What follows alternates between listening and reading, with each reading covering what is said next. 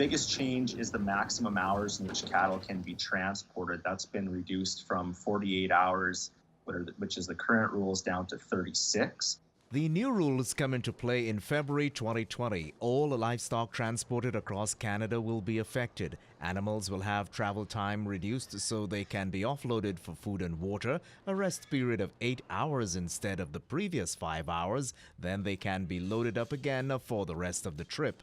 Cattle producers argue that nearly all of their animals on long cross-country travels reach their destination in good condition under the present rules. It's 99.95 success rate according to Agriculture and Agri-Food Canada research. So the reduction in hours effectively is going to cause more frequent loading and unloading, along with increased risk of contracting disease due to more exposure to other cattle at rest stops. Stadnicki sees a greater stress for the animals and higher injury risks.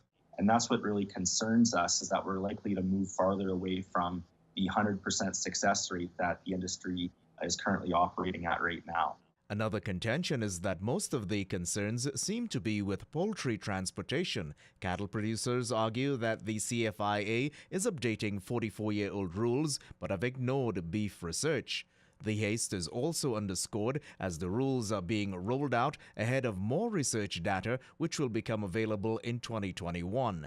Cattle producers will remain focused on taking care of their animals at every stage of the production process. The Canadian beef industry has an outstanding record of ensuring that cattle are transported safely.